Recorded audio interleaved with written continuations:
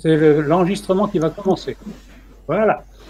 Donc maintenant, c'est enregistré et ça va permettre à ceux qui vont prendre la vidéo plus tard de suivre un petit peu ce qu'on aura pu dire. Donc, nous ne sommes pas très nombreux. Je ne pense pas qu'on soit beaucoup plus nombreux que cela au cours de la réunion, mais donc ceux qui voudront venir seront les bienvenus. Alors, je vais commencer par un petit message de Marie Carlin, dans un premier temps. Marie Carlin elle est retenue à Bruxelles pour une question familiale, mais elle a envoyé un petit message à tous les citoyens du monde. Il est temps, urgent, de se mettre au travail actif pour changer de monde. Revenu universel, modification de la charte de l'ONU, afin de permettre la mise en place d'instances supranationales, gouvernement mondial des peuples dont les objectifs seront le respect des droits de l'homme et de l'environnement. Économie sociale et durable, trépied de notre grand projet citoyen. De chaque pays, chaque région, chaque village ou quartier doit émerger ce désir de changement sans attendre d'élections. Formons des mouvements citoyens, aînés et jeunes confondus. Voilà, ça c'était le message de Marie Carlin que j'ai mis en premier parce que c'est la présidente de l'Assemblée des citoyens du monde. Avant que tu continues, Daniel, un petit point de détail. Quand est-ce que ça se termine? Parce que j'ai une réunion dans la foulée. Oui, à 18h à peu près. Hein. 18h, merci. Oui, oui. Bonjour, bonsoir à tous. Didier Cornel, Paris. Vous m'entendez ou pas? Ben, on entend un bruit là, mais on ne voit pas encore qui c'est, mais ça va venir. C'est une belle chemise, hein, mais. Oui. Ah oui, attends. Hop, voilà. Voilà, ça c'est Didier Cornel. Voilà. C'est Didier Cornel qui a proposé un sujet qui va venir assez vite. Vous m'entendez ou pas? Oui, oui, très bien. Ok, d'accord. Salut. On te voit de profil, c'est inhabituel, mais enfin, pourquoi pas.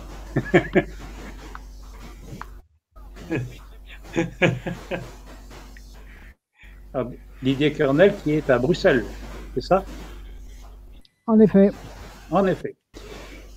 Et donc, on va tout de suite... Est-ce qu'il y en a qui ont préparé des sujets pour aujourd'hui? Je pense qu'on a, enfin, ce qui me concerne, j'ai surtout préparé de répondre à ta question. Donc, voilà. Donc, ce serait peut-être bien qu'on fasse un tour de piste, que chacun dise en quelques mots ce qu'il pense répondre à ta question. Voilà, d'accord. Et puis ensuite, on pourrait en faire une synthèse et essayer de voir ce qu'on fait concrètement ou ce qu'on ne fait pas, quoi. Quelle est ta question, exactement? C'est terrible, là, c'est quand même un petit peu fort. Hop. Quand tu auras réglé ta caméra, ça ira. Non, c'est bon. Artisanat. J'ai pas. Enfin bon, je passe les détails. J'ai trop d'appareils différents. Voilà. Hop. On va faire de l'artisanat. Le bruit de fond vient de chez moi, non hein? Eh bien, disons que au fur et à mesure que l'on parle, chacun est invité, enfin les autres sont invités à couper leur micro, de telle sorte qu'il n'y ait pas d'interférence. Hein, le micro, c'est le micro, c'est le repère rouge, c'est ça? Non, c'est le repère à gauche du rouge. Ah oui, donc. Parce que le repère rouge, ça vous coupe. Ok. C'est à gauche du repère rouge. Oui.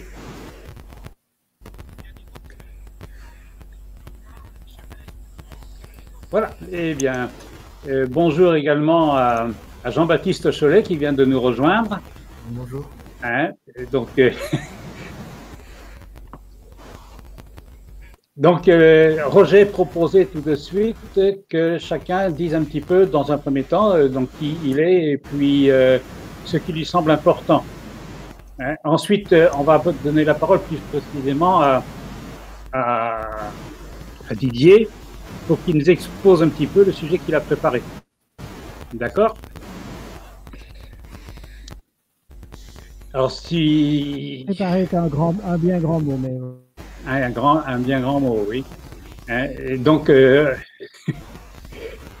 moi j'ai envie de donner la parole d'abord à Roger pour dire un petit peu ce qu'il a sur la patate. Et puis que tu ouvres ton micro et puis tu nous parles. D'abord, merci pour le dernier compte rendu. Hein, j'ai trouvé que c'était excellent. Hein, donc mes paroles ont été reprises sur le revenu d'existence. C'était vraiment, c'est réconfortant. Je pense aussi que ce type de réunion, il faut donner l'habitude à ce qu'on se rencontre comme ça. Ça nous permet de nous connaître à distance. Ceci étant précisé, la question que tu as posée, moi, je ne vais pas parler longuement, mais je crois que finalement, ce qui me motive, c'est que j'ai compris un jour que tout est lié. Et je le résume par cette phrase que vous reprenez de temps à autre, que les affaires du monde, c'est les affaires de tout le monde. Et j'ai appris ça lorsque j'étais un jour appelé à, soi-disant, rétablir l'ordre en Algérie, et que j'ai compris que finalement c'était le désordre qui était mis en place, et que j'ai pris fait et cause pour la cause algérienne, pour l'indépendance de l'Algérie. Alors certains m'ont traité de traître, etc. J'ai eu des menaces de mort d'anciens combattants, enfin, etc. Mais je pense que je l'ai fait, et j'en suis assez satisfait, j'avoue, je l'ai fait, et je suis devenu citoyen du monde, et j'ai compris que dans ce pays, ce qui se passait de travers, c'était, il fallait le dépasser et prendre fait et cause pour une cause qui me semblait être juste. Depuis, je m'agite comme je peux dans mon coin, enfin, dans des maisons de la citoyenneté mondiale. Dans une autre vie, j'étais maire. Enfin, j'essaye d'expérimenter un certain nombre de choses, et toujours dans l'objectif que tout est lié, et que si on fait, par exemple, au niveau de la Maison de la Citoyenneté mondiale, tout à l'heure, on a une réunion sur une action de solidarité au Pakistan. C'est en tant que citoyen du monde que je le fais, parce que ça fait partie du monde, et c'est pas parce que c'est le Pakistan. C'est un territoire qui est situé dans le monde. Donc, ceci étant dit, et je terminerai par, actuellement, je suis pendant cette période plutôt de confinement, j'ai rédigé un récit sur l'histoire du confinement. J'ai fait le lien avec 10 semaines que j'avais vécues en tant que gamin dans les caves pendant l'occupation, à la fin de la Deuxième Guerre mondiale. J'ai fait le lien, et je viens de participer à la rédaction d'un cahier de propositions aussi par rapport à l'après-Corona. Mais je pense que pour le moment, et ça pourrait être un objectif pour les citoyens du monde, c'est que tous ensemble, on se met à réfléchir, pas seulement pour agiter les militants, il s'agit de toute manière. Il y a plein d'appels, il y a plein d'analyses, il y a des choses extrêmement intéressantes qui disent que finalement cette crise sanitaire a permis aux gens de se remuer. Mais quand je dis aux gens, c'est des gens comme nous qui sont plus ou moins engagés. Mais moi, mon but, c'est savoir, est-ce qu'au niveau de la citoyenneté mondiale, comment est-ce que nous pouvons, quels sont les moyens que nous mettons en place au-delà de la communication qu'il faut veiller à améliorer, comment pouvons-nous faire pour mobiliser avant qu'il soit trop tard? Et ça, on ne réglera pas tout de suite maintenant, mais ça pourrait être aussi l'objectif d'un prochain rendez-vous. Voilà, maintenant j'ai terminé. Ça ne veut pas dire que vous ne m'entendrez plus, mais j'ai terminé pour le moment. Et je vous aussi dis, si je vous quitte à 6h moins 10, ne me veuillez pas, et je pense que je ne serai pas exclu du paradis des citoyens du monde, mais je dois aller à une autre réunion, et c'est moi qui ai la clé pour ouvrir la porte. Voilà. Bien, merci Roger. Merci Roger. Donc je t'invite à couper ton micro. Et puis est-ce que quelqu'un d'autre veut prendre la parole maintenant? Sinon, je vais lire là tout de suite un communiqué qui vient de nous être envoyé par Michel Lablanqui. Alors Michel Lablanqui, c'est celui qui est à gauche de votre écran en noir. Hein, donc, vous voyez un petit rectangle noir, c'est lui là. Hein. Donc il ne peut pas nous voir, il ne peut pas nous parler, mais il nous suit. Et donc, il vient d'envoyer un communiqué qui est à l'occasion du 70e anniversaire de la route sans frontières. Donc ça aussi, c'est une chose qui est importante dans le passé et qui a encore de l'avenir. Donc je vous lis le communiqué, il est un petit peu long, mais enfin c'est intéressant, je pense. Donc le 70e anniversaire de la route sans frontières, c'est certainement un événement peu connu des Lotois et des Lotoises que nous devions célébrer ces jours-ci. La crise sanitaire en a décidé autrement et les festivités prévues ces jours-ci à Cahors sont repoussées à une date ultérieure. Première ville à signer la charte de mondialisation par vote de son conseil municipal le 30 juillet 1949, Cahors avait alors manifesté sa volonté d'une planète sans frontières régie par une loi mondiale et adopté symboliquement le nom de Cahors Mundi. Cette démarche audacieuse en faveur de la paix et de la fraternité mondiale avait entraîné dans le même serment de solidarité humaine les 2/3 des communes du Lot, puis le département lui-même, mais aussi de nombreuses communes et territoires sur les 5 continents. Les 24 et 25 juin 1950, il y a tout juste 70 ans, Cahors, pavoisé aux couleurs de l'arc-en-ciel, célébrait sa mondialisation et celle du Lot lors des 2 journées mémorables qui accueillirent des personnalités comme Lord Boydor, le tout récent prix Nobel de la paix, Henry Husborn ou André Breton. L'ambition était grande, tel que le décrivait Louis Sauvé. Le geste généreux accompli par le Lot peut devenir pour lui l'occasion d'une renaissance. C'est de chez nous que partira l'appel qui doit changer la face du monde. Comme est partie de Visil en 1788 l'idée des États généraux de la Révolution. Le premier tronçon de la route sans frontières fut alors inauguré, dressant ses bornes du pont Valentré à Figeac en passant par Saint-Cyr-la-Popie. On trouve toujours sur cette route quelques-unes de ces bornes récemment restaurées par le lycée Monnerville, d'autres suivront, qui affichent fièrement les destinations de New York et de Moscou, invitant alors les 2 blocs à cesser l'escalade des tensions de cette période de guerre froide. Continuons cette route, elle mène à la paix, déclarait Lionel Jospin, Premier ministre en 2000 pour le 50e anniversaire de la route. À l'occasion d'une redépose des 2 bornes à Cahors et Saint-Cyr-la-Popie le 24 mai 2019, Jean-Marc Vessouve, maire de Cahors, déclarait « Il revient aux générations présentes et futures de faire la preuve que peuvent cohabiter le désir d'humanité, libéré des frontières, et l'ancrage du local, celui qui forme les repères.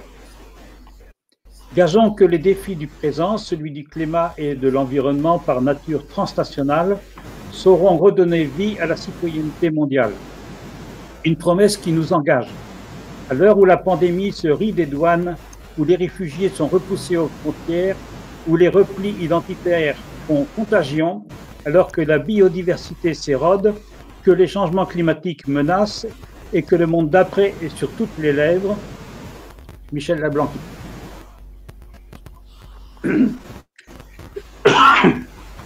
Voilà, donc.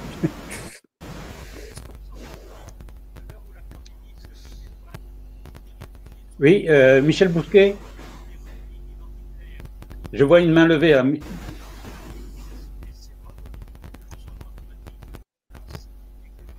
Donc, il faut, pour parler, il faut ouvrir son micro. Hein. Normalement, tous les micros sont fermés.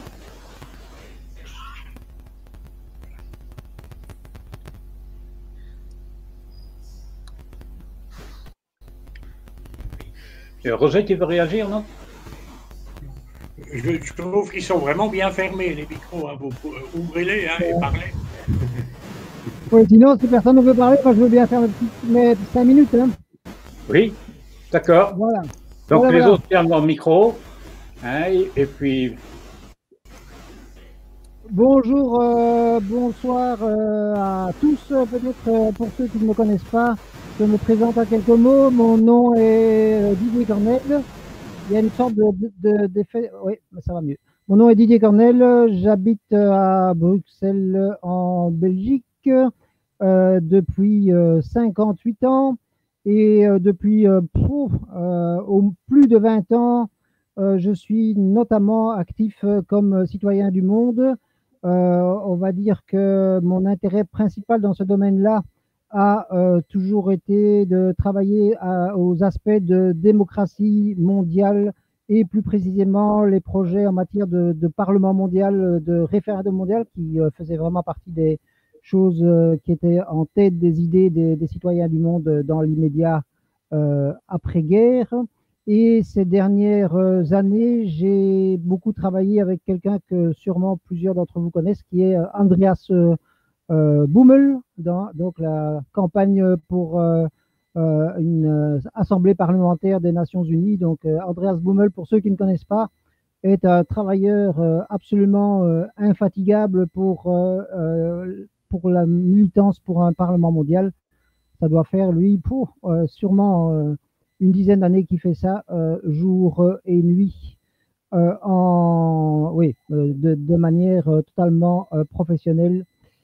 Et je l'ai soutenu tant en organisant, chaque année, je fais une petite manifestation pour un Parlement mondial juste devant le Parlement européen à Bruxelles.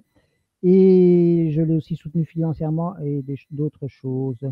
Mais par ailleurs, ma passion comme citoyen du monde aussi, mais comme citoyen tout court, c'est les questions de santé et plus exactement, et plus précisément, les questions qui sont liées à ce qui tue aujourd'hui dans le monde 70% des gens et ce qui tue dans un pays comme la Belgique ou comme la France 90% des gens, c'est-à-dire les maladies liées au vieillissement. Donc je fais partie des gens encore relativement peu nombreux, même s'ils sont de plus en plus nombreux.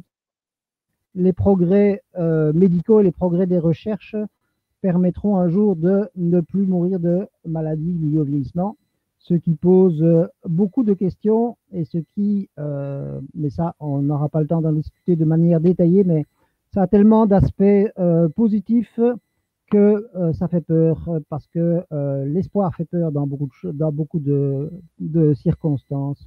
Alors, par rapport à la crise concernant le Covid-19 ou la Covid-19, puisque les deux peuvent être dits, l'un et l'autre se disent, moi, je trouve que il y a pas mal de choses absolument passionnantes, mais on oublie souvent la dimension la plus extraordinairement positive de cette crise, c'est que jamais, jamais dans l'histoire de l'humanité, on a accordé autant d'importance à la vie de gens, entre guillemets, non rentables.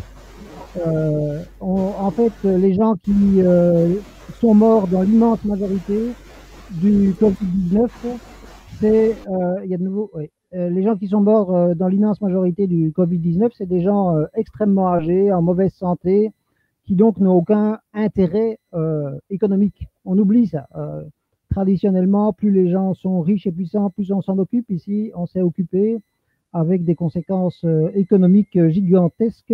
On s'est occupé surtout des plus faibles. Enfin, il y a quand même des limites. Hein. On s'est occupé surtout des plus faibles.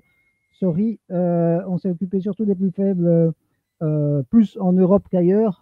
Mais on s'est quand même occupé surtout des plus faibles dans des pays comme la France, comme la Belgique. Moi, aux premières semaines et aux premiers mois de la crise, j'étais extrêmement optimiste parce que je voyais une mobilisation mondiale aussi pour rechercher des médicaments, pour rechercher un vaccin, pour rechercher des thérapies avec un principe que les recherches étaient communes. Et là, c'est un peu en train de disparaître ces belles idées les groupes pharmaceutiques, mais aussi devant les fragilités des fronts de ceux qui ont proposé cela.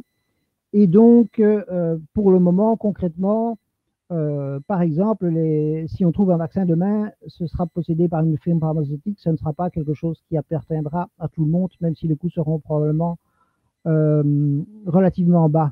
Donc la notion, quelqu'un qui n'est pas particulièrement proche de nos idées, mais Bill Gates a proposé que les vaccins soient considérés comme un bien mondial de l'humanité et un bien commun de l'humanité. Et je pense que c'est quelque chose qui devrait être vraiment une revendication forte, notamment chez les citoyens du monde, que pas seulement les vaccins, d'ailleurs c'est même pas sûr qu'il y aura un vaccin, mais que les thérapies pour lutter contre ce virus et plus largement les thérapies pour lutter contre les maladies liées au vieillissement soient un bien commun de l'humanité. Et après, d'ailleurs, pour terminer, pour ne pas passer plus que mes 5 à 10 minutes avant qu'on commence peut-être des questions-réponses, mais une des choses, nous vivons dans une période absolument extraordinaire, la plus belle de l'histoire de l'humanité. On n'a jamais vécu aussi longtemps dans l'histoire de l'humanité, on n'a jamais été aussi riche dans l'histoire de l'humanité. Il y a moins contrairement à ce qu'on pense souvent, il y a moins d'inégalités aujourd'hui entre les riches et les pauvres, en tout cas pour la durée de vie. Même dans le pays le plus pauvre du monde, l'espérance de vie, elle est de 50 ans, et dans le pays le plus riche du monde, l'espérance de vie, elle est de 80 ans. Avant, dans le pays le plus pauvre du monde, c'était 25-30 ans, l'espérance de vie, et dans les pays les plus riches, 70. Donc les différences diminuent. Mais les progrès technologiques ont été ralentis par tout ce qui est droit d'auteur, droit intellectuel, droit de brevet. Et ça, c'est vraiment une source considérable de ralentissement des progrès en matière de santé. D'ailleurs, et également les législations qui sont souvent extrêmement lourdes. Par exemple, les législations qui ont fait qu'on ne pouvait pas faire des tests cliniques de manière aisée. Avant, il y avait trop de facilité pour faire des tests cliniques avec parfois des abus. Maintenant, ça devient quasiment impossible avec les scandales que vous avez probablement entendus vous avez certainement entendu concernant la chloroquine. Le fait qu'on ne sache toujours pas si c'est dangereux ou pas, c'est pas seulement, ou c'est même pas tellement des questions d'intérêt et tout ça, c'est surtout parce que il est très difficile de faire des tests cliniques efficaces aujourd'hui. Donc ça, c'était en quelques mots ce dont je voulais parler. Donc c'est comment faire pour que la démocratisation mondiale serve notamment au droit à la santé et au droit à la longévité comme des biens communs de l'humanité. Et peut-être je voulais aussi dire que, donc je vous ai expliqué au début, je vous ai dit au début que j'étais actif avec Andreas Bummel, et je suis aussi actif maintenant à l'intérieur du, comment est-ce que ça s'appelle encore exactement, enfin du mouvement démocratique mondial, dans un petit groupe qui s'appelle le groupe de travail sur la gouvernance globale, l'intelligence artificielle et les technologies disruptives. Et donc là, c'est un groupe de travail uniquement anglophone. Donc s'il y a des gens qui sont bilingues français-anglais ici, ils seraient probablement les bienvenus à être à une réunion. C'est un groupe de travail qui discute donc notamment d'un certain nombre de questions liées à tout ce qui est progrès technologique, aussi avec les aspects dangereux, ce qu'on appelle les risques existentiels.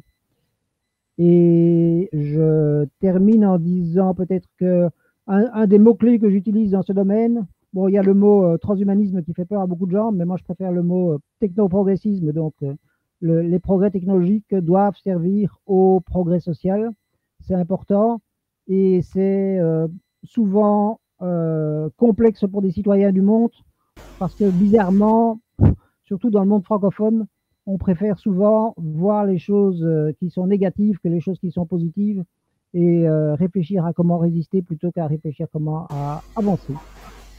Voilà, merci de m'avoir écouté, et merci d'avance pour toutes les questions. Et pour ceux qui ne me connaissent pas directement, je mets dans le chat, mais je ne sais pas si les autres, vous y avez accès, mon adresse mail et le site de Andrea Bummel, que vous connaissez probablement, mais quand même.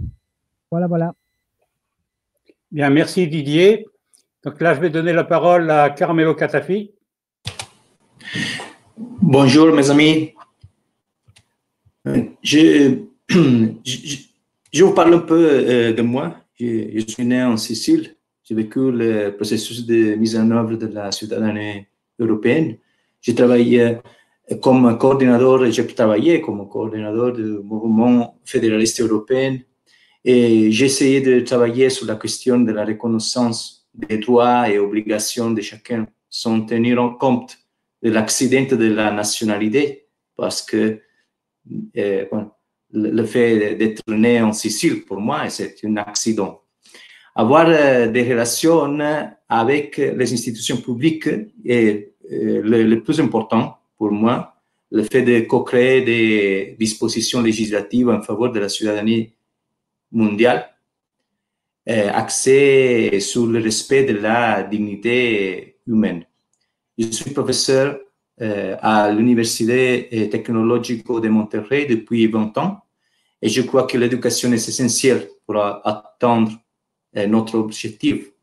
Concernant le COVID-19, j'ai noté un comportement paradoxalement opposé et ça a été noté, je crois, par exemple en matière de santé, la course à la recherche d'une solution rapide et accessible à tous a vu un peu de coopération.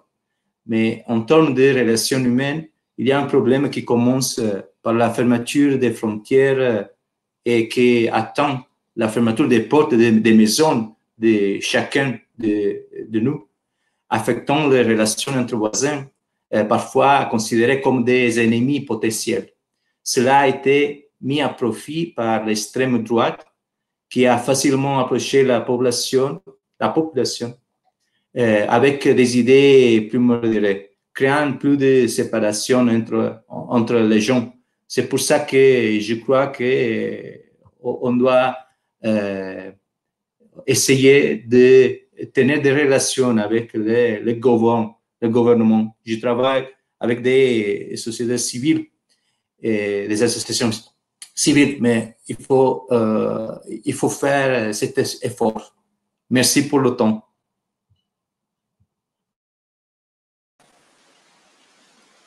Maintenant, ça va être Michel Bouquet. Donc, pour ouvrir le micro.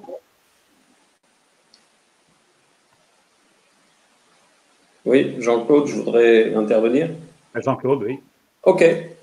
Oui, Jean-Claude, oui. Je me suis présenté déjà la dernière fois, donc je suis en Suisse. J'étais en France avant et je suis membre de Citoyens du Monde depuis plus de 30 ans. Donc, qu'est-ce que Citoyens du Monde? Pour moi, c'est une grande idée mondialiste. On y revient fréquemment. Là, je voyais aussi un mail de Mr. Bonke. Mondialiste, ça revient souvent, mais il y a l'amalgame avec mondialisation et on voit bien qu'il y a beaucoup de gens qui sont anti-mondialisation. Et donc, je pense que ce serait bien de faire des mises au point parce qu'on se heurte très souvent avec la peur. Évidemment, les dirigeants, les gouvernants agissent sur les peurs des gens pour maintenir leur dominance, on le sait bien. Et ça mène à quoi? Ça mène à être anti-mondialiste presque, puisqu'il y a le repliement sur soi, l'individualisme, le populisme, le souverainisme maintenant en plus, et le régionalisme, si cher à beaucoup d'écolos, dont j'ai fait partie pendant plus de 10 ans. C'est difficile de discuter avec ces gens, avec ces personnes, et d'arriver à les convaincre qu'il faut une ouverture et non pas une fermeture. Donc voilà, c'est un petit peu, je pense que les instances de Citoyens du Monde devraient insister sur cette ambiguïté chez beaucoup de gens. Moi, je le vois quand je parle avec des gens, dès qu'on dit qu'on est mondialiste pour l'ouverture des frontières, enfin, moi, c'est mon avis. Tout le monde devrait pouvoir circuler librement, il n'y aurait plus de douane, il n'y aurait plus de douaniers, il n'y aurait plus de frontières du tout. Et chacun irait là où il veut vivre.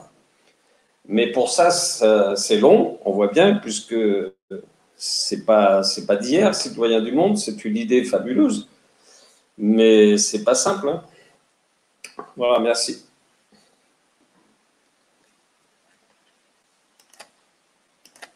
intervenir. Allô?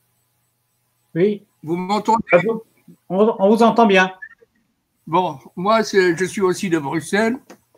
Je m'appelle Raoul Benamar. Je fais partie du collectif citoyen. Donc, et les objectifs de notre organisation de rassembler les différents mouvements citoyens pour pouvoir avoir plus de poids vis-à-vis des décisions étatiques, etc., pour pouvoir les contrer dans la mesure du possible. Donc, on essaie de travailler dans ce domaine-là. Bien sûr, bon, moi, je vous ai suivi depuis longtemps, mais j'ai jamais eu l'occasion de participer à Citoyens du Monde physiquement ou par mail ou n'importe comment. Bon, aujourd'hui, j'ai vu le message qui m'est arrivé par mail comme quoi on pouvait se contacter et j'en profite de l'occasion pour pouvoir le faire. Le problème, bon, c'est-à-dire qu'il y a, par exemple, bon, je ne savais pas que Didier Cornel était de Bruxelles, enchanté. On pourrait peut-être se voir, sauf que, bon, je ne partage pas beaucoup de ces idées qu'il vient d'énumérer, telles que la nécessité ou l'obligation que voudrait imposer notre cher, comment il s'appelle l'autre là, de Microsoft là. Comment il s'appelle? C'était, enfin, qui voulait imposer la vaccination au monde entier. Bill Gates, qui ne veut rien imposer du tout, il proposait la notion de bien commun.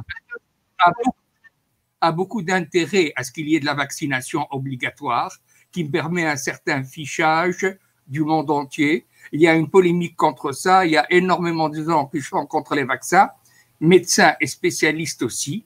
Il n'y a pas seulement le public qui est contre, mais alors parce que quand ils commencent par vouloir imposer les vaccins en Afrique avant de les imposer aux États-Unis, les gens se doutent pourquoi.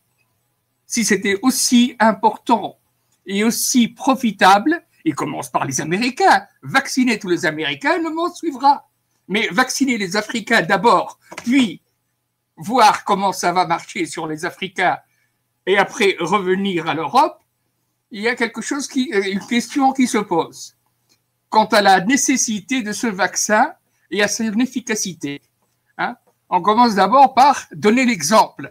S'il se vaccine, lui, sa femme et ses enfants, avec ce vaccin, alors à ce moment-là, ça pourrait peut-être influencer les gens à le faire. Bon, en tous les cas, voilà, c'est un peu contre pour Bill Gates qui investit l'OMS et qui finance l'OMS et qui finance des tas de produits pharmaceutiques, etc., et qui est impliqué dans beaucoup, il est jugé parti, donc il gagne sur tous les bords. Donc, bon, ma confiance en Bill Gates est très limitée. Bon, mais c'est pas le problème. Le problème, c'est, bon, on essaye d'abord, je rejoins notre ami sicilien, là, c'est mexicain ou sicilien? Né en Sicile. C'est italienne, sicilienne, citoyenne du monde. D'accord. C'est-à-dire que c'est assez difficile de faire passer la mondialisation pour la simple raison que, comme dit notre ami qui est intervenu avant moi, il y a une confusion entre la mondialisation et le mondialisme ou le nom qu'on peut lui donner, et qu'on doit commencer par s'unir à l'intérieur de chaque pays. Parce que bon, on voit grand, on veut partir dans tous les sens, on veut faire des assemblées citoyennes, des assemblées mondiales, des parlements mondiaux, alors qu'on n'arrive même pas à faire des parlements citoyens au niveau de chaque pays. Si on commençait par ça, à ce moment-là, ça faciliterait notre travail de faire un parlement international. S'il y a des parlements citoyens dans chaque pays, on pourrait peut-être avancer plus rapidement. Merci.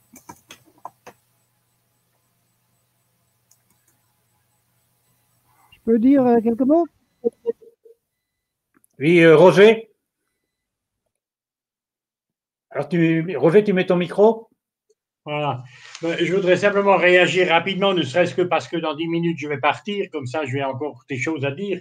Je trouve que ce débat, premièrement, il est intéressant. Je ne vais pas répéter ce que les uns et les autres ont dit, mais quand même reprendre certains trucs par rapport à, notamment par rapport aux frontières et à la libre circulation des femmes et des hommes. Je crois que on constate dans notre société que les capitaux et les circulent librement, et les marchandises aussi, et il n'en est pas de même aux hommes et aux femmes. Et donc, il faut ouvrir, il faut abattre les frontières. Ça, je tenais à le dire. Les citoyens du monde, ils sont là pour ça, pour dire qu'on est citoyen du monde.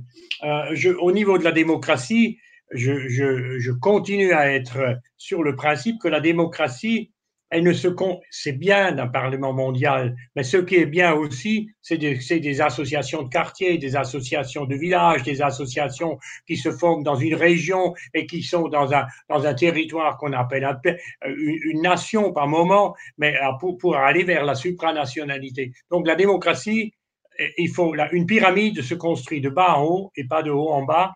Et c'est pour cette raison que j'ai toujours été un petit peu, je dis, bon, on peut dire un Parlement mondial. Je suis aussi d'accord avec vous, sinon je vais encore me faire excommunier, mais enfin, par les citoyens du monde. Mais je pense qu'il faut commencer ce qui est important, ce que celles et ceux qui sont dans la rue, qui sont autour de moi, puissent avoir l'occasion de participer à la vie de la société. Maintenant, je voudrais encore revenir malgré tout par rapport à l'analyse de Didier. Je pense que je suis pas tout à fait d'accord, pour être précis. Je pense que l'écart des riches et des pauvres, moi, je pense qu'il s'est amplifié. Et je fais partie d'un mouvement national qui s'appelle le Mouvement national des chômeurs et des précaires. Demain, j'ai une réunion avec des Allemands, des Suisses et des Autrichiens à Mulhouse pour parler des problèmes de précarité dans ces différents pays. Et je peux vous dire qu'il n'est pas question de leur dire que l'écart s'est resserré. Il y a une semaine, j'ai eu une conférence de presse avec un monsieur en France, pays très riche, qui n'a rien, qui va être expulsé le 10 juillet. Je ne vais pas vous raconter son histoire, mais il y a des gens comme ça, il y en a des foules autour de nous qui deviennent de plus en plus pauvres et c'est absolument dramatique. Par ailleurs, par rapport à la santé, effectivement, je pense que comme la politique, c'est l'affaire pas seulement des spécialistes et politicards, c'est l'affaire de tout le monde. L'éducation, c'est l'affaire de tout le monde, mais la santé, c'est aussi notre affaire à nous. J'ai participé à la rédaction d'un cahier de propositions dans un mouvement qui s'appelle les Alternatifs et je lis simplement quelques affiches des slogans qu'on a fait. Pour le droit universel à la santé, libérons-la du système marchand.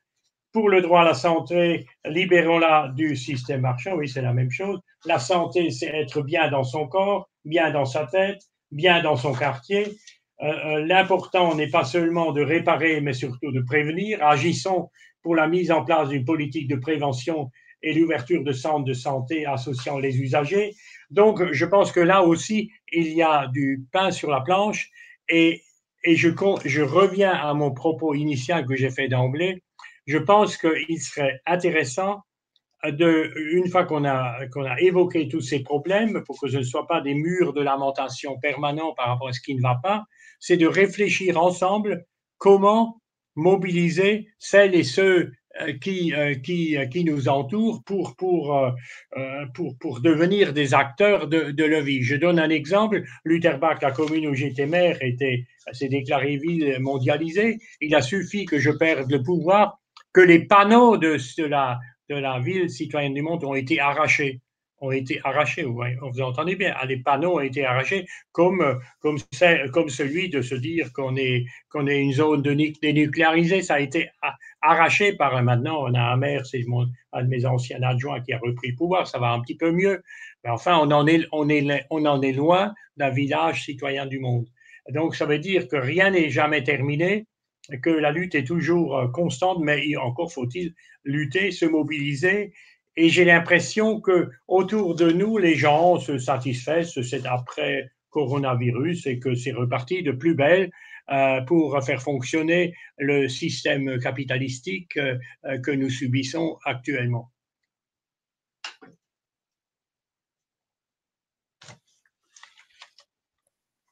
Merci Roger. Merci Roger. Oui, donc Jean-Claude Fajot dit que c'était bien. Donc Jean-Baptiste, est-ce que tu as quelque chose à dire aux autres? Ton micro. Ton micro. Et maintenant, ça va? Ça va. D'accord. Moi, je suis impressionné par toutes ces interventions qui sont très globales pour la plupart. Je me dis que être citoyen du monde, c'est peut-être aussi regarder près de soi. Durant le virus, il y avait des personnes âgées qui ne pouvaient pas sortir de l'immeuble où je suis, enfin pas trop souvent, et certaines étaient un peu isolées. Il y a une dame qui vit avec son fils. Si le fils sortait trop souvent, c'était dangereux pour elle. Alors, j'ai proposé d'aider à faire les courses pendant 2 mois. Donc, c'est un signe de proximité. Et je remarque aussi que dans mon immeuble, les personnes qui ont fait une proposition pour aider un peu ceux qui devaient rester chez eux, ce sont uniquement des locataires, pas des propriétaires. Alors en fait, je me suis dit, c'est pas forcément les plus riches, les plus généreux. Alors évidemment, il y en a, mais j'ai trouvé que c'était une jolie solidarité de penser aux plus âgés et en effet aux plus faibles d'entre nous. Je voulais dire ça, c'est très, très terre à terre, mais d'une certaine manière, le virus a permis de revisiter en partie les rapports sociaux et la solidarité. C'est ça que je voulais vous dire pour être citoyen du monde. C'est une notion de solidarité aussi et pas seulement de démocratie, même si ça compte aussi. Merci Jean-Baptiste. Vincent, tu ne t'es pas exprimé. J'ai demandé la parole. Ah. Oui. Qu'est-ce qui demande la parole là? Moi, j'avais demandé la parole depuis longtemps, mais je me suis déjà la première fois, donc. Vas-y Didier, attends, oui, j'ai plusieurs chats que je n'ai pas vus là, oui. Alors Didier, vas-y. Oui, d'abord j'ai oublié de remercier donc particulièrement Daniel et Robert, je suppose, pour l'organisation de cette seconde réunion. Pour la première, je pense que j'avais raté ou pas vu l'invitation, donc mais s'il y en a d'autres, je suis tout à fait volontaire. C'est surtout intéressant, surtout quand on n'est pas d'accord parfois. Maintenant, j'ai plusieurs petites choses à dire. La première, c'est par rapport au dernier intervenant. C'est exactement ce que je disais au départ, c'est que cette crise a redessiné des rapports sociaux et que une des choses importantes, positives, qu'on ne remarque pas, c'est que c'est les vies des personnes âgées, les plus âgées, les plus faibles, qui sont devenues pendant quelques mois plus importantes que tout, plus importantes que l'économie, plus importantes que les entreprises privées. Et donc ça, c'est bien. Après, il y a eu des solidarités, je pense, à tous les niveaux, et notamment, évidemment, des solidarités des plus faibles vis-à-vis des plus faibles aussi. Dans mon... en fait, ça a été pareil dans d'autres. Hein. Un peu paradoxalement, parce qu'on parle de tout ce qui est fermeture des frontières et tout ça, une des difficultés de cette crise, c'est qu'une maladie contagieuse, c'est réellement une maladie contagieuse. Donc, malheureusement, il faut vraiment avoir des séparations physiques et couper des frontières pour avoir une efficacité, pour arrêter l'épidémie. Après ça, l'enjeu de ces prochaines semaines, c'est que les frontières se rouvrent et que le contact se rétablisse.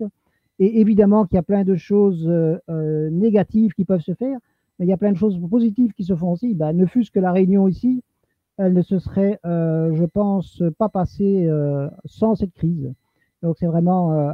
moi, je remarque que pas mal de gens, on va dire, de gauche, progressistes, etc., ne faisaient que très peu de réunions en ligne, beaucoup de réunions en présentiel, comme on dit maintenant. Et ces réunions en présentiel, en fait, elles sont inaccessibles aux pauvres venus du Sud. Hein. Alors, par rapport à ce que disait Robert, donc moi, je parlais de la différence d'espérance de vie entre le nord et le sud. Je ne parlais pas à l'intérieur de nos pays. Là, on pourrait encore discuter, mais donc dans un pays comme, on a parlé du Pakistan, le Bangladesh, le Pakistan, l'Inde, l'espérance de vie, ces 40 dernières années, elle a progressé de plus de 20 ans, 20-25 ans. Dans un pays comme la France, l'espérance de vie, elle a progressé de 10 ans. Donc l'écart entre les plus riches, mais dont nous faisons partie, il ne faut pas non plus se faire comme si on était des pauvres, hein. En tout cas la plupart d'entre nous, à mon avis, de APC et tout ça. La différence d'espérance de vie entre les plus riches et les plus pauvres, elle diminue rapidement. Et quand je parlais de bien commun, j'ai cité Bill Gates pour un peu vous provoquer, mais en fait, l'idée, elle vient du président du Costa Rica. Elle a été appuyée par de très nombreuses institutions, par de très nombreux groupes, surtout situés à gauche, et d'avoir des technologies qui sont des biens communs. Le problème, c'est que ce qui en est reçu, qui a été adopté au niveau de l'Organisation mondiale de la santé, c'est devenu assez rikiki, hein. C'est des choses qui se contentent de déclarations d'intention. Je ne vais pas rentrer de manière longue en ce qui concerne vaccination, pas vaccination. Juste d'abord pour dire que Bill Gates a été accusé de ne pas être vacciné, de même que sa femme et tout ça, c'est inexact, mais peu importe. Malheureusement, enfin, la piste du vaccin, c'est une piste par rapport à de beaucoup d'autres, et ça n'est probablement pas la plus prometteuse, mais pas pour des questions de conflit, de complot ou de quoi que ce soit, tout simplement pour des raisons médicales. Donc, je vais être un peu technique, mais le virus, c'est un coronavirus. Le coronavirus, jusqu'ici, on n'a jamais réussi à faire de vaccin. Donc, c'est pas sûr du tout qu'on arrivera à faire un vaccin. En plus, d'après les toutes dernières informations qui sont sorties, mais c'est à confirmer, la période durant laquelle les anticorps sont efficaces est relativement faible. Donc, faire un vaccin ne serait pas très efficace, pas parce que pour des questions d'intérêt ou quoi que ce soit, mais parce que les anticorps, un vaccin, ça permet la création d'anticorps, et si les anticorps ne restent dans le corps que pendant quelques mois, ben, ça ne sert pas à grand chose de faire un vaccin. Donc ça, c'est, quand je parlais donc de bien commun, c'était pas que Bill Gates, c'est d'abord le président du Costa Rica qui a eu cette idée-là, enfin une idée proche, et deux, ça n'est pas que pour les vaccins, loin de là. Maintenant, attention à toutes les théories du complot, dont celles de Bill Gates sont les plus courantes, hein, même à Bruxelles, j'entends. Et attention, vraiment une chose dont on ne se rend pas compte, c'est ce virus. C'est quelque chose que nous ne comprenons pas, mais personne ne comprend. Il n'y a pas quelqu'un derrière qui est en train d'organiser les choses. Personne ne comprend ce qui se passe. Moi, je vais prendre l'exemple de la Belgique. Ben, d'ailleurs, c'est très similaire en France. Ça a fait à un moment plus de morts qu'il n'y a jamais eu de morts par jour. Et puis, c'est retombé rapidement. Mais c'est retombé grâce au confinement. Mais la raison pour laquelle il n'y a pas de seconde vague, personne ne comprend vraiment. Voilà. Et la toute dernière chose que je voulais dire, c'était par rapport à la mondialisation. D'abord, je suis d'accord avec Robert que la démocratie, ça doit se faire, et avec Raoul aussi, évidemment que la démocratie, ça doit se faire aussi au niveau local, mais ça existe quand même si c'est loin d'être parfait. La démocratie, elle existe quand même au niveau local, elle existe au niveau régional, elle existe au niveau national ou fédéral pour la Belgique, elle existe au niveau européen, mais elle n'existe pas du tout au niveau mondial. Donc, aux autres niveaux, elle est imparfaite, mais quand les gens votent à droite ou à gauche, ça a quand même une influence. Au niveau mondial, personne ne peut voter. Et alors, une chose que j'entends, moi j'aime bien le petit argument simple, mais que je trouve frappant, c'est la mondialisation, elle existe déjà. Ce que nous on réclame, c'est de la démocratisation de la mondialisation. Voilà, tout simplement. Parce qu'après, ouais. J'aurais encore plein de choses à dire, mais comme je ne veux pas mobiliser, je m'arrête ici. Encore merci pour cette organisation. Et pour comprendre, il n'y a personne d'Afrique qui est là, d'Afrique noire? Aujourd'hui, non. La semaine dernière, il y a 15 jours, on avait quelqu'un du Cameroun, mais c'était un petit peu exceptionnel. Ils n'ont pas tous de bons ordinateurs. Je vais donner la parole à Raoul tout de suite. Mais donc, simplement sur un point de vue historique, donc cette réunion, c'est la 4e du genre, et le processus en avait été décidé il y a 3 ans.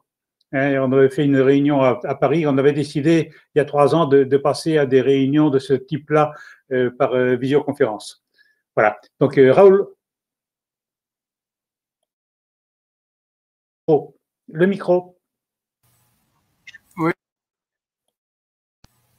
Voilà, il est ouvert. Non, je voulais. Quelquefois, ça m'étonne d'entendre Didier parler. On dirait qu'on ne vit pas dans la même ville. Nous sommes à Bruxelles. Vous dites que les privilégiés sont les vieux. Le nombre de morts parmi les vieux est le plus grand, surtout dans les centres, dans les maisons de repos, où c'est des mouroirs, où on a sacrifié les vieux, on dirait intentionnellement. Il y a un groupe qui s'appelle chez nous le gang des vieux en colère, qui rassemble à peu près 14 000 membres. Et tous ces gens-là sont réellement en colère et ils manifestent et ils descendent dans la rue parce qu'on les maltraite. On n'a jamais donné de considération à nos vieux comme pendant le coronavirus. On a privilégié, il y a même des hôpitaux qui refusent de soigner des vieux parce qu'ils sont vieux, qu'ils ont dépassé 75 ans. On a refusé à Bruxelles, dans des hôpitaux publics, de soigner les vieux. Et vous dites les vieux sont privilégiés. Mais je ne sais pas où vous vous renseignez, demandez aux gens, regardez les journaux, regardez les trucs, le nombre de morts et le pourcentage de vieux morts. Bien sûr, ils sont un groupe à risque, donc dès qu'il attrape le corona, il est plus rapidement en état il peut plus facilement mourir du corona qu'un jeune, mais on a fait le choix de privilégier le soin des jeunes avant les vieux chez nous. Et en plus de cela, vous dites les pauvres, mais il y a de plus en plus de pauvres. On a mis, il y a 173 milliards qui ont disparu cette année pour aller aux paradis fiscaux, et il y a un Belge sur 4 qui vit en dessous du seuil de la pauvreté. Et vous dites l'égalité diminue, mais non, le pays s'enrichit, mais les gens s'appauvrissent. Et ça devient de plus en plus courant un peu partout dans le monde. Et c'est contre ça qu'il faut réagir dans chaque pays. Après, on peut remonter, comme dit l'autre ami, de la base vers le haut et constituer ce gouvernement ou ce parlement mondial en faisant des parlements citoyens dans chaque pays. Voilà, merci. Moi, très vite, d'abord, je veux dire, on ne peut pas laisser dire ça, qu'on a refusé des gens dans les hôpitaux parce qu'ils étaient âgés. Ça, c'est tout simplement faux. Je m'excuse, mais il ne faut pas non plus. Je peux vous envoyer les preuves et les articles dans les journaux belges. Envoyez-moi les preuves, les articles dans les journaux belges. Voilà, les preuves et les journaux. Et c'est des journaux de droite, c'est pas des journaux du PTB, etc. Non, des journaux de droite. La Libre, le soir, le machin, etc. Vous m'enverrez ça, je lis tous les jours, le soir. Ça va, je vous le renvoie. Le Moniteur belge depuis 20 ans, et j'ai jamais lu ça. Mais juste, ce que je dis, c'est qu'on ne s'est jamais occupé autant des personnes âgées que maintenant. J'ai pas dit que j'ai pas dit le reste des choses que vous avez dit. Et donc, je ne sais pas où vous habitez, mais moi j'habite Molenbeek, dans la commune, donc la municipalité la plus pauvre de Bruxelles, aussi par choix. Je ne sais pas dans quelle municipalité vous habitez, mais voilà. Donc, à Bruxelles, j'habite à Bruxelles, près de la place Fonteneuf. Donc c'est tout près, on est presque voisins. Et donc j'ai été conseiller municipal. Bien, on va laisser les Belges parler entre eux. Il y a Roger qui demande la parole. Oui, rapidement, mais c'est intéressant ce débat. Simplement, il y a une semaine, j'ai participé à Mulhouse à une manifestation du personnel de santé, et il y avait un monde fou, et d'une autre manière, donc avec des pancartes, des choses comme ça, et le personnel, le mot d'ordre qu'ils ont voulu faire passer, c'est qu'ils ne demandent pas à être considérés comme des héros, comme notre grand chef Macron veut le faire croire. Ils ne demandent pas, mais ils demandent tout simplement à être payés pour ce qu'ils font, et qu'ils ont des moyens pour répondre à la demande des gens, parce que tout simplement les lits dans les hôpitaux ont baissé, les rémunérations, ceux qui partent en retraite au niveau des infirmières ne sont pas remplacés, il n'y a pas assez d'infirmières. Et quand le virus a démarré, ben, on n'avait pas de masque, on n'avait pas ceci, on n'avait pas cela, on était vraiment complètement à côté de la plaque. Donc, ce personnel nous dit, nous voulons simplement être considérés comme des êtres humains qui remplissent des services, mais donnez-nous les moyens. Si déjà on veut être en guerre, comme disait Macron, eh ben, il faut nous donner des munitions pour pouvoir faire cette guerre. Or, il n'avait pas les munitions pour répondre à une demande grandissante. Et entre parenthèses, j'en profite pour dire que nous avons quand même à Mulhouse perdu un citoyen du monde que certains connaissent, c'est André Barnois, le caricaturiste connu et reconnu, pas seulement à Mulhouse, mais en France, qui est mort parce qu'il avait une réunion avec des chômeurs et des précaires, et il y en avait qui étaient infectés, et puis il a été infecté aussi. Il est mort à l'espace de quelques jours. Voilà. Maintenant, une fois que j'ai dit ces bonnes paroles, je vais aller à ma réunion. Hein. J'avais promis de partir avant, mais c'était trop intéressant. Mais cette fois-ci, je pars. Hein. C'est terminé. Salut. Salut. Bien, merci Roger. Je crois qu'on va arrêter la réunion maintenant. Donc, je voudrais seulement signaler que jeudi prochain, il y a un webinaire qui est organisé par Corinne Lepage sur la Déclaration universelle des droits de l'humanité. Et donc, le 2 juillet, c'est la semaine prochaine. Donc, moi, je vous invite à vous y inscrire. Donc, je vais vous donner les coordonnées par courrier. À vous y inscrire pour suivre ça. Donc, il ne s'agit pas de participer comme on l'a fait tout de suite, mais au moins de suivre la conférence qui va être faite. Et le prochain sujet que je propose serait donc de parler de l'urgence écologique. Hein, donc alors la date, est-ce que ce serait dans 15 jours, est-ce que ce serait ultérieurement, parce qu'avec les mois d'été, je ne sais pas comment ça va se passer. Il faut qu'il y ait un petit peu plus de monde qu'aujourd'hui, si on veut, pour qu'il y ait une plus grande diversité de points de vue. Voilà, ben je vous remercie. Et puis... Daniel, tu peux envoyer l'information concernant le webinaire? Oui, je vais l'envoyer. Je vais l'envoyer à tous ceux qui ont participé. Voilà. Voilà. Et donc j'attends les articles aussi avec impatience que j'ai raté dans le Raoul. Voilà. J'ai mis mon adresse email dans le chat. Allô, Didier. Oui. J'ai dit contacte le groupe le gang des vieux en colère. Il est sur Facebook. Tu verras leurs revendications et leurs doléances. J'ai leur adresse mail, il n'y a pas de problème. J'attends les articles. Les articles qui prouvent qu'on a refusé les gens de 75 ans. D'accord. D'ailleurs, oui, il y a un projet de prévention pour les maisons qui n'a jamais été mis en place pour les maisons de retraite. Oui, qui est là depuis 2004 et qui n'a jamais été mis en place. Il y a eu des choses incomplètes, mais c'est pas qu'on a refusé les gens à l'hôpital. Si, on a refusé. Je vais vous montrer, je vous envoie les articles. Vous avez un truc Facebook ou quelque chose? J'ai mon adresse mail, didier.cornel. Je l'ai mise dans le chat. D'accord, ça va. Merci. Voilà, belle fin de journée à tous et merci encore pour cette organisation. Au revoir.